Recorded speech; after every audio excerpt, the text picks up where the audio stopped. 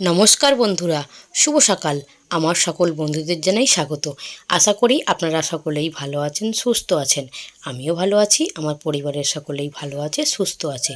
এই যে সকাল সকাল গ্রিন জুস বানাবো। পালং শাক আর ধনেপাতা কেটে নিয়েছি, আর এদিকে এই যে আপেল কেটে নিয়েছি। গ্রিন জুসটাকে পিষে নিয়েছি, আর এই যে একদম ছেঁকে নিচ্ছি। আর এরকম যদি একটু ছিপড়ে থাকে না, মা আমার বাবু খেতে চায় না, তাই জন্যে ছেঁকে নিচ্ছি। এই যে গ্রিন জুস রেডি হয়ে গেছে। এরকম সকালবেলায় কার কার গ্রিন জুস খেতে ভালো লাগে? আমার তো ভীষণ ভালো লাগে, আমাদের বাবুও ভীষণ পছন্দ করে। কিন্তু মাম একটু নাকটা সিটকায়, কিন্তু খেয়ে নেয়। আর বাড়িতে সকলেই পছন্দ করে। এই যে মামকে গ্রিন জুস দিয়ে দিয়েছি। ও ঘুম থেকে ওঠার পর ওকে ব্রাশ করিয়ে দিয়েছি, আর এই গ্রিন জুসটা দিয়েছি। ও তো প্রথমে ভেবেছে যে এটা তিতর জুস। ও তিতর জুসটা খেতে চায় না, আর ওর কৃমি হয়, ওকে মাঝে সাঝে তিতর জুস করে দিই।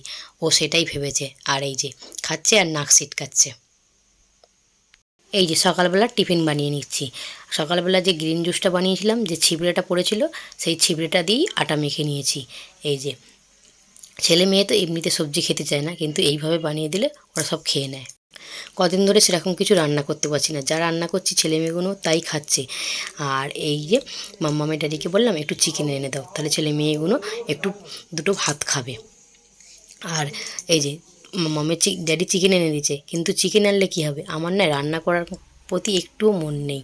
কিন্তু কিছু করার নেই, না যদি রান্না করি ছেলে মেয়ে খেতে পাবে না, তাই জন্য এই যে চিকেনটাকে ধুয়ে নিয়েছি। আজকে চিকেনটা না হাঁড়িতে বানাবো।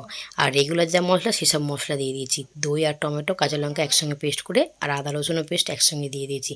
গোটা গরম মশলাও দিলাম, আর তেজপাতা শুকনো লঙ্কা এসব দিয়ে একসঙ্গে মেখে রান্না করব, গ্যাসের ফ্লেমটা লো করে দিয়ে।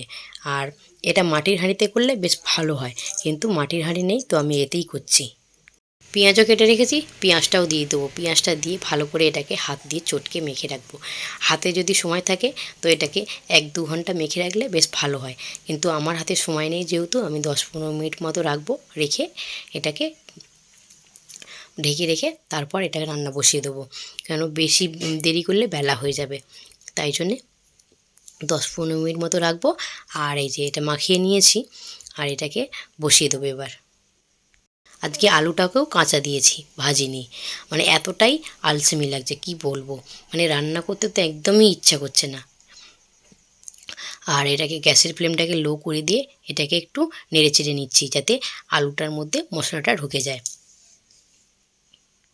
এই শরীর খারাপের সময় না খুব আপনজনদের কথা মনে হয়। কি করব, কিছু করার নেই, যেহেতু দূরে আর দোকান রয়েছে, তাই ফেলে যেতে পারি না। আপনাদের মনে আছে আপনাদেরকে ছাদেতে বেগুন গাছ দেখিয়েছিলাম, যে কত বেগুন ধরেছে? এই যে 4টে বেগুন মামের ড্যাডি তুলে নিয়ে এসেছে। এখনও রয়েছে গাছে অনেকগুলোই বেগুন। আর একটা জিনিস দেখাই দাঁড়ান আপনাদেরকে। আর এই যে মাম আঙুর খাবে বলেছিল বলে মামের ড্যাডি নিয়ে এসছে। আর এই যে জিনিসটা হচ্ছে এটা কি বলুন তো বন্ধুরা? এটা হচ্ছে শাকালু, নিজেদের গাছের শাকালু। একটাই হয়েছে। হাঁড়িতে মাংসটা বসিয়ে দিয়ে আমি মাঝে মাঝে ঘরের কাজগুলো সামলে নিচ্ছি, আর মাঝে মাঝে এসে এই যে খুন্তি দিয়ে একটু নেড়ে চেড়ে নিচ্ছি। আর এদিকে আমার মাংসটাও রেডি হয়ে গেছে, আর আলুটাও সেদ্ধ হয়ে গেছে। এইবার এতে একটু ধনেপাতা দিয়ে দেবো, যেহেতু গোটা গরম মশলা দিয়েছিলাম আগে, আর এখন আর গুঁড়ো গরম মশলা দেবো না। ধনেপাতা দিয়ে এটাকে নেড়ে চেড়ে নামিয়ে নেব। একদম সাদামাটা রান্না। এই যে ভাত, গরম গরম ভাত, আর তার সাথে রয়েছে এই যে একটু স্যালাড কেটে নিয়েছি, শসা, পেঁয়াজ আর কাঁচা লঙ্কা। এখন না কাঁচা লঙ্কা মানে মুখে তো কিছু ভালো লাগে না, কাঁচা লঙ্কাটা দিয়ে ভাত খেলে দুটো ভাত ওঠে, তাই জন্য কাঁচা লঙ্কাটা এখন প্রায় সময় নেওয়া হয়। আর এই যে ধোয়া ওটা হাঁড়িতে চিকেনটার কালারটা খুব সুন্দর এসেছে, তাই না বন্ধুরা? দুর্দান্ত খেতেও কিন্তু হয়েছে। এই যে মামসোনা দুষ্টু দাদার সঙ্গে খেলতে ব্যস্ত। ওর দুষ্টু দাদা এসেছে, ওর জেঠিমা বাড়ি নেই, ওর দিদির কাছে গেছে। ওর দিদি বাইরে থেকে পড়াশুনো করে কলকাতায়, তো ওখানেই গেছে। আর এই যে ওর দাদা এসেছে, দাদার সঙ্গে খেলা করছে, সারা বিছানা পাতিয়ে খেলছে। এই যে বন্ধুরা, রাত্রিরের খাবার করতে বসে পড়েছি। রাত্রিরের খাবারে হচ্ছে আজকে ডিম টোস্ট। কি করব, কিছু করার নেই, ডিম টোস্ট খেয়েই শুতে হবে। দোকানে রুটি বিক্রি হয় না, আর অনেকগুলো ফাটা ডিমও বেরিয়েছে, সেগুলোকে খেতে তো হবে না, ফেলে রাখলে নষ্ট হয়ে যাবে।